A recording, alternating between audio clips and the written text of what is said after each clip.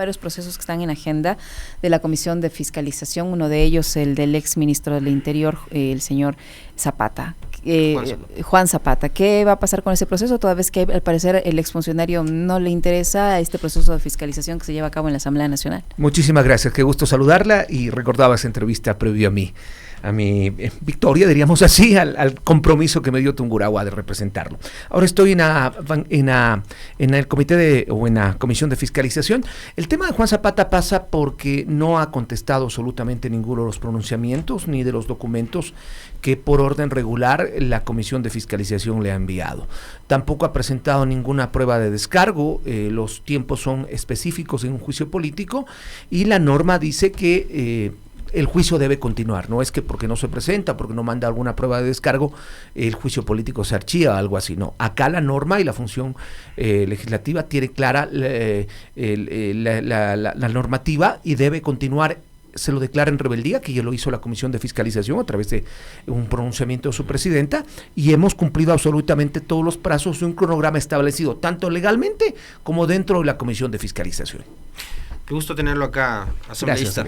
Debe ser de los pocos casos, ¿no?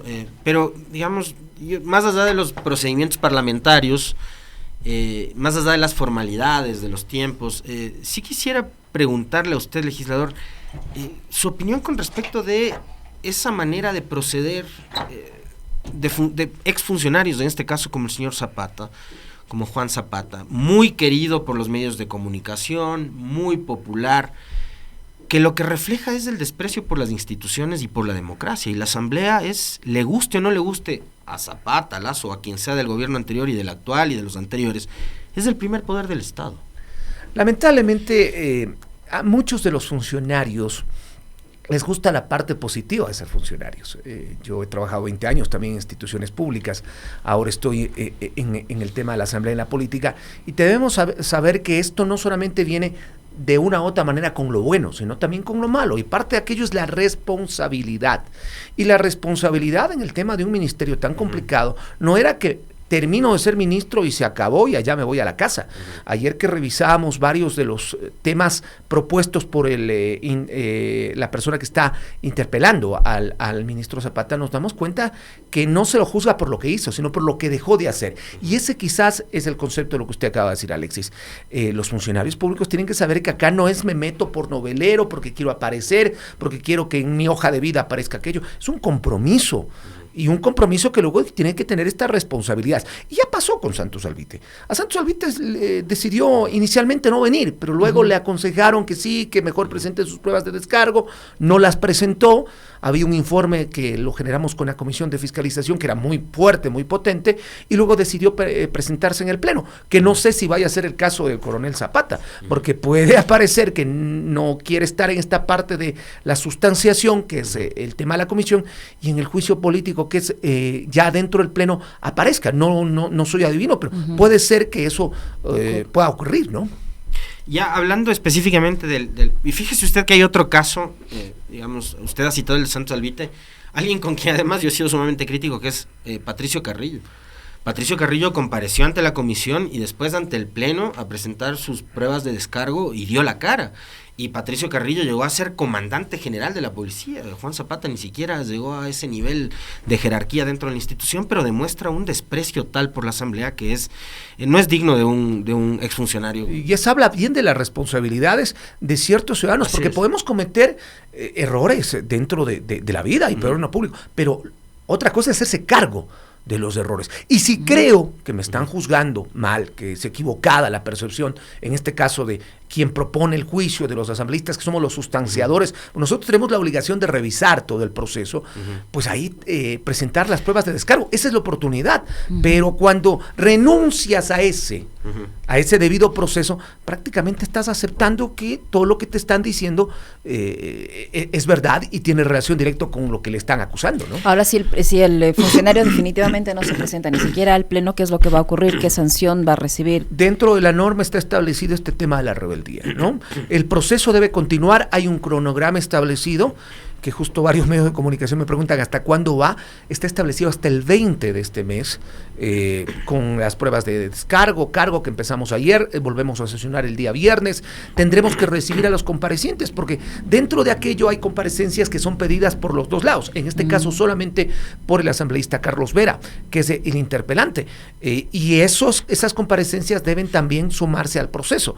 Repito, lo que no vamos a tener es las pruebas de descargo, ni las comparecencias de descargo del interpelado, que es el coronel Juan Zapata. Ahora sí hablemos de lo que no hizo, que es el motivo y la razón por la cual es llevado a un proceso de fiscalización Juan Zapata, ministro del Interior. Fue ministro del Interior desde septiembre del 2022 hasta el final del gobierno del señor Lasso. El 2022 y 2023, los años en los que él estuvo al frente del ministerio, el Ecuador se convirtió en uno de los países más inseguros, no solo de la región, sino del mundo. ¿Qué es lo que dejó de hacer Juan Zapata y por lo cual va a ser probablemente enjuiciado y censurado? Bueno, primero ese es el dato que no se puede ocultar. O sea, las cifras son frías. Desde el 2022 al 2023 hay una escalada terrible en la criminalidad. Hay cualquier cantidad de eventos que ayer fueron presentados inclusive en la prueba de audio y video que no se puede tapar. Eso pasó en el Ecuador. ¿A dónde nos llevó o por qué llegamos a esas conclusiones? Primero, porque no se gastó oportunamente, o no se invirtió o no se contrató oportunamente. Hay un cumplimiento del presupuesto del Ministerio del Interior entre 2022 para el 2023 que no sobrepasa el 33%, y el del 2023 va igual, y ahí inclusive el propio ministro y otros ministros a su tiempo del gobierno anterior adujeron que la manera de contratar, que se les han caído las contrataciones. Hay un proceso que a nosotros nos sorprendió muchísimo de comprar patrulleros, pero no comprarlos equipados. Es decir, compras las camionetas, compras los patrulleros para repotenciar, para cumplir el problema que tenías, pero no podían salir las camionetas, los patrulleros, a cumplir su trabajo porque no tenían seguro, porque no estaban equipados, no tenían ni la baliza, no tenían peor la parte de tecnología. ¿Cómo mandas a nuestros policías a trabajar con esos patrulleros? Lo mismo pasa con las armas de dotación, lo mismo pasa con los chalecos antibalas. Un concurso de chalecos antibalas que se demoró más de 7 meses. Y claro, constantemente en estados de excepción. Es decir, se dejó de hacer mucho, y creo que eso hubiera bajado no solamente el nivel de criminalidad, sino nuestros propios policías que han caído, porque es el periodo en el que más cayeron policías entre el 2022 y el 2023. Ese es parte de los argumentos que presenta el interpelante. Por supuesto, en general, el incumplimiento de su labor como ministro. Otros acontecimientos también ocurrieron durante el paso de Juan Zapata por la policía. El asesinato de Fernando Villavicencio. Ayer lo presentaron. Las elecciones que probablemente fueron, después de las del 2023, las más violentas de la historia del país. Y además que, según los analistas, porque nosotros somos muy claros y muy puntuales, pudo haber cambiado el destino del Ecuador. Esas elecciones no solamente fueron impactadas por un asesinato. Yo siempre digo, se perdió un padre, se perdió un hijo, se perdió un esposo, pero impactaron realmente en la sociedad ecuatoriana. Y ahí hay un cordón de seguridad que nunca se cumplió. No hace falta ser especialista en seguridad ahora que nosotros estamos expuestos también, pero se nota claramente que lo metieron a la camioneta sin cumplir absolutamente toda la norma establecida. No soy especialista, pero hemos visto algo. Además que soy periodista, he hecho el seguimiento muchas veces de este tipo de cosas y sabemos cómo se maneja. Pero no solo fue el procedimiento, las personas que estaban a cargo de la seguridad denunciaron que habían pedido equipamiento para darle mejor seguridad al candidato y no se le entregó ese equipamiento. No solamente el momento en que lo ingresan a la camioneta, todo el proceso y días anteriores, era como que lo estaban preparando, y esa es mi visión particular, y eso también fue puesto ayer dentro de las pruebas. Sin embargo, hay que recordar que las causales están establecidas ya. Usted no puede poner otra causal que no sea las que se pusieron cuando se pidió el juicio político. Sin embargo, ayer, dentro de los documentos presentados por el interpelante, también se destacaba este hecho muy doloroso para el Ecuador en todo sentido. Hay algo que me llama poderosamente la atención sobre este caso específico. Recordarán ustedes que Juan Zapata, días después o semanas después, manifestó al país de que la policía tenía listo el informe sobre el asesinato de Villavicencio. Si es que Zapata comparecería ante ustedes como comisión y ante el Pleno de la Asamblea, sería una gran oportunidad para conocer cuál es el resultado de ese informe de la policía. En ese y otros temas. Y algunos especialistas a los que he escuchado, porque este es un tema que viene dando esta semana que hablar, y he tenido que acudir. Yo soy una persona que siempre va a los medios, nunca niego esta posibilidad de hablar con la gente, y me han dicho, o sea, tal vez no es que se quiere de pronto no tocar el tema y por eso no hay una comparecencia, porque en el momento de que Juan Zapata llegaría a la mesa de fiscalización, seguramente esa pregunta más otras son directamente relacionadas a su gestión. Claro, pero el caso León de Troya, por ejemplo, los oficiales sancionados también por el caso León de Troya, por ejemplo. Hay un sinnúmero de temas, por eso decía que no es solo uno, hay un sinnúmero de temas que de pronto, al no ser motivo de la acusación directa en cuando se planteó el juicio político, deben salir en la comisión de fiscalización, porque eso es hace la comisión. La comisión genera un proceso más profundo que permita llegar a tener conclusiones. Hay que recordar que nosotros no decimos si es culpable o inocente. Generamos un informe no vinculante con recomendación de continuar el juicio político o archivarlo. Sin embargo, el Pleno es el que toma la decisión, pero dentro del proceso lo importante es escuchar y preguntar, y es lo que no vamos a tener en este juicio político, y yo me quedo con las mismas dudas que se queda Alexis. Ahora, por todo esto que se ha ido conociendo en el trámite de este proceso, si el funcionario finalmente termina siendo sancionado, ¿este caso pasaría también, al igual que el de Santos Alvite, a la Fiscalía, a la Contraloría, o no? Definitivamente el proceso que emite, cuando hay procesos, porque hay varias cosas que hace fiscalización, no solamente sustanciar un juicio político, es parte de, cuando genera procesos de fiscalización directamente por pedidos de un ciudadano, o como el de la crisis energética que es pedida directamente por el Pleno, nos mandan a nosotros a investigar, el informe final es entregado a Fiscalía y a Contraloría. En el caso del juicio político, el informe lamentablemente no es vinculante, así lo dice la norma, pero puede ser tomado en cuenta para estas investigaciones. Hay que recordar que el caso León de Troya, el caso de la muerte de Fernando Villavicencio, el caso de la muerte de un exalcalde, el caso de la no compra de los chalecos, el caso de los patrulleros, el caso de inclusive el caso de no haber cumplido con el presupuesto, está dentro de Contraloría. Apenas 29% de ejecución. 29%, si suman lo de un año contra año, 29% de ejecución. Se quedaron con cualquier cantidad de dinero y nuestros policías sin tener el armamento y sin tener la repotenciación de los patrulleros. Es un ejemplo. Se hicieron por procesos, yo les escuchaba antes de entrar a esta entrevista que ustedes decían que hay miedo de contratar. El que tenga miedo de contratar o de firmar no debe entrar al sector público. ¿Por qué? Porque contratar, firmar y generar procesos es parte del proceso de la contratación pública. Generaron un proceso, uno para comprar patrulleros, otro para equipamiento, otro para seguros. Lo mismo pasó con los famosos UPCs. Hasta el momento no han podido ser repotenciados. Y eso es lo que molesta a mí como ciudadano y peor como asambleísta, que teniendo el dinero, teniendo el presupuesto, no lo haya hecho. A eso se suman las preguntas que ustedes acaban de hacer y quizás entendemos por qué no quiere comparecer. Ahora, asambleísta Vela, otro caso que se está planteando ya es esta fiscalización a la crisis eléctrica. Y ahí está promoviendo el juicio político de la ex ministra Arrobo del gobierno del presidente Daniel Noboa, puesta por él, designada por él, y que ahora no aparece ni ha respondido a la serie de acusaciones que desde el inicio de este nuevo capítulo de la crisis eléctrica se han presentado en su contra. Se ha llamado también a comparecer al actual ministro encargado de Energía para que explique las acciones que están haciendo para enfrentar este problema. ¿Cómo mira usted este proceso? ¿Qué se puede esperar del mismo si la ministra, en el caso de Arrobo, no ha dado señales de vida, y en el caso del ministro Luque, qué puede responder? Bueno, primero creo que por fin se están haciendo varias cosas que se habían recomendado en el proceso de fiscalización de la crisis energética anterior, porque hay que recordar que previo al juicio político de Santos Alvite, esta comisión, de manera responsable, generó un proceso de fiscalización, inclusive visitando las centrales eléctricas, hidroeléctricas, constatando si se está avanzando en la construcción, si están avanzando los procesos. No fuimos a Termogas Machala, pero nosotros en el informe que emitimos anterior, para el juicio de Santos Alvite, ya habíamos alertado que en Termogas Machala las cosas no están funcionando bien y que ni siquiera es cuestión de la parte alta, si son mandos medios que no estaban, bajo algún interés particular, haciendo trabajar a Termogas Machala. Lo dice el informe que presentamos hace 4 meses atrás, y ahí es donde no entiendo cómo la ministra anterior, puesta por el presidente, no cumplió ciertas recomendaciones.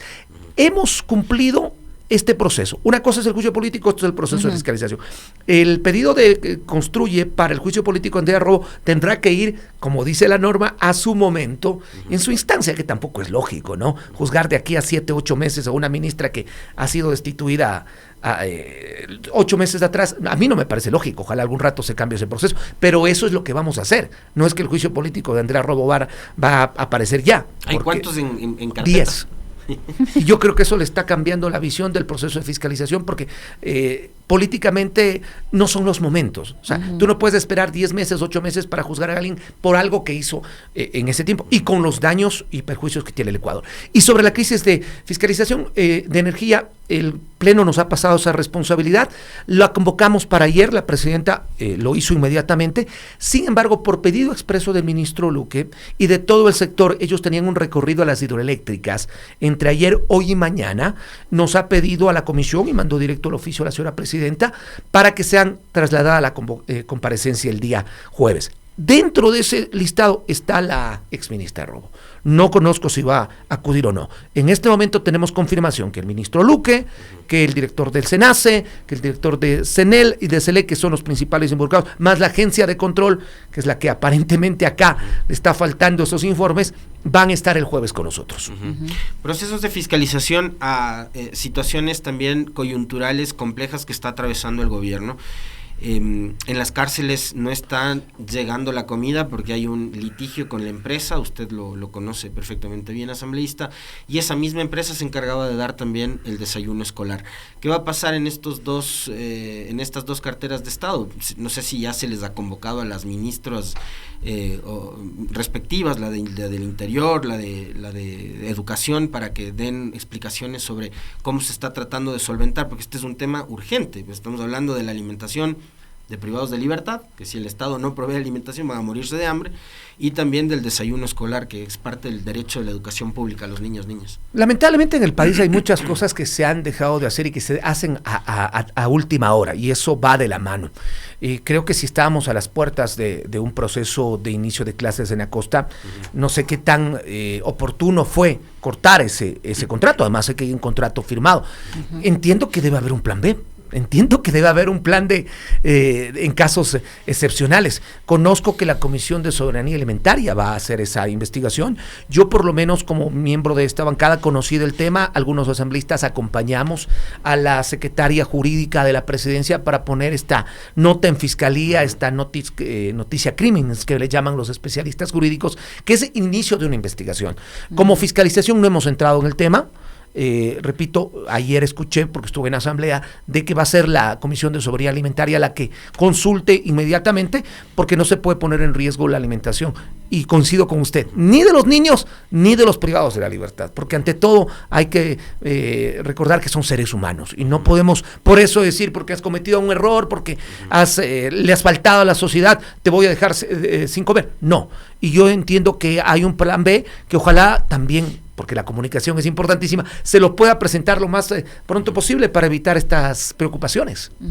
Asambleísta Vela, la consulta popular dio resultados absolutamente claros. En un inicio, al conocerse estos resultados, incluso previamente, los voceros del gobierno habían señalado que se iban a respetar los mismos, pero resulta que la ministra del Trabajo ha anunciado que a través de acuerdos ministeriales va a insistir con el tema del trabajo por horas, que fue negado en la Asamblea por la mayoría de la población, y en la Asamblea Nacional se apresta a discutir un proyecto en ese sentido presentado por el Partido Social Cristiano.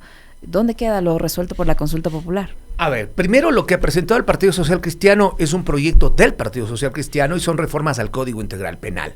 No son las reformas que van a aplicarse al sí. Hemos sido muy claros, inclusive el presidente, que forma parte de ese partido, lo ha dicho. Coincidimos y la bancada piensa que es así, que se debe crear una comisión ocasional, especial, multipartidista, para en el tiempo establecido de la consulta popular de los 60 días poder tratar el proyecto que tiene que enviar el presidente. O sea, una cosa es el proyecto de reformas del COIP del Partido Social y otras son los que tienen que venir de presidencia. Yo creo que no debemos mezclarlo, tampoco creo que debe ir a una comisión especial. Y lo otro el trabajo por horas, así como defendemos lo que ganó por sí, tiene que ingresar como estaba en los anexos, como decía la pregunta, sin aumentarse nada más, porque además eso dice un dictamen de la Corte Constitucional, tampoco podemos saltarnos esa valla cuando nos conviene. la gente ha hablado, no queremos el trabajo por horas. Yo soy una de las personas que cree que sí debería haber habido el trabajo por horas. No me voy a poner a dar los argumentos porque ya pasó. Pero si ya la gente decidió mayoritariamente que no, creo que insistir en lo mismo es equivocado. Que pueden haber otras alternativas que estén dentro del mismo código, que esté dentro de la misma ley, sin incluir el concepto de que porque esto me conviene lo aplico o no. Es equivocado, y creo que la ministra, lo escuché hoy en la mañana, y me parece que ha dicho lo mismo que le comento yo. No se va a insistir en buscar un trabajo por horas, pero sí aplicar ciertas normativas que están dentro de la ley y que permiten a los empleadores dinamizar el trabajo. Después de la consulta, ya que le ha mencionado eso, Liceña, ¿cómo queda la relación entre el Ejecutivo y la Asamblea? Se abrió demasiados frentes, me parece, el presidente Noboa, primero con la RC a partir del evento aquel de la embajada, después con Construye por la pregunta del trabajo por horas, trataron de endosarle desde el gobierno y ADN la responsabilidad de la formulación de esa pregunta a Construye, y finalmente con el propio Partido Social Cristiano, ¿no? Que ya salió Alfredo Serrano a decir, no, con nosotros ya no tiene nada que ver el gobierno. ¿Cómo está la situación y la relación para que siga habiendo ese ambiente de gobernabilidad que parecía había durante este primer periodo? Bueno, que ha habido porque son 18 leyes aprobadas. Inclusive logramos posicionar un contralor que muchos decían que no se iba a dar, un superintendente de datos, hemos avanzado en las comisiones. O sea, desconocer este trabajo, Alexis, no es posible porque ahí están los datos, inclusive la aprobación de las leyes económicas urgentes. Sí, que la relación ya no va a ser la misma, por lógica. Primero, porque el primer semestre era como que la luna de miel. Luego venían 3 cosas complicadas. Y ahorita estamos en etapa preelectoral. Y ahorita estamos, correcto. Primero, tarde o temprano iba a tocar saber qué va a pasar con el tema del ex vicepresidente Glass. O sea, si no se hacía esto, que yo no justifico, a lo mejor hoy teníamos al expresidente Glass en México, hubiera sido otra conmoción social, positiva o negativa. O sea, eso se iba a resolver de una u otra manera, iba a afectar la gobernabilidad dentro de la Asamblea. Lo segundo, el resultado de la consulta popular. El sí ha ganado en la mayoría de preguntas. Quienes estaban opuestos a la consulta popular no la van a querer de una u otra manera aceptar. Y quienes pusieron 2 preguntas, porque ahí sí yo voy a ser claros. Yo soy uno de los proponentes para que los militares puedan estar en carreteras. Acuérdense de mi discurso previo a ser asambleísta. Yo lo mandé por escrito imposible. Otros se sumaron al pedido. Y creemos que el presidente hizo bien en escuchar. Terminó escuchando en el tema del trabajo por horas, y las propias asambleístas de esa bancada proponían y decían que era una propuesta de ellos, que era bien acogida por ciertas bancadas, sí, pero era una propuesta de ellos. No pasó. ¿Qué hay que hacer? Lo que otro asambleísta del Partido Social Cristiano ha dicho en medios, lo que sea positivo para el país tiene que aplicarse, tiene que votarse. Lo que sea negativo, que vemos que no aporta en estos momentos y en este periodo tan corto de una asamblea de transición, seguramente será discutible, pero que sea tan fácil, entre comillas, o tan consensuado, con mayorías como de 125 votos, 130 votos, como lo fue anteriormente, lo veo difícil. Más aún, repito, cuando la prioridad de la asamblea en este momento debería ser buscar la aplicación de la consulta popular. En el sí, y el tema del no lo podemos tocar. Ahora el presidente del Consejo de la Judicatura ha dicho que se necesitan como 15 millones de dólares para implementar una de las preguntas, resultado de la consulta popular. ¿Les ha dicho el presidente a la bancada de N de dónde van a sacar esos recursos? No ha habido esa explicación todavía. Hay que recordar que ciertas cosas, porque verá, muchos ciudadanos creían que al día siguiente de la consulta popular esto se aplicaba. Es que así se vendió la idea. Así se vendió la idea. Bueno, así vendieron algunos la idea. Yo siempre he sido muy claro. Claramente estaba establecido que ciertas cosas iban a la asamblea, ¿sí? Y que otros temas, inclusive dentro de los anexos, dicen en un periodo de 100 días, en un periodo de 110 días. Hay periodos para poder aplicar aquello. Nada va a ser fácil ni no va a tener un costo. Lo que yo creo es que la consulta popular sí le dio un paso positivo al Ecuador. No quiero entrar en que se violaron ciertos derechos o no. Yo creo que Ecuador ha llegado a un punto donde no podía sostenerse solamente con la policía y donde hay que hacer cambios importantes que ojalá nos beneficien y que ojalá vayan de la mano, repito, con la seguridad ciudadana.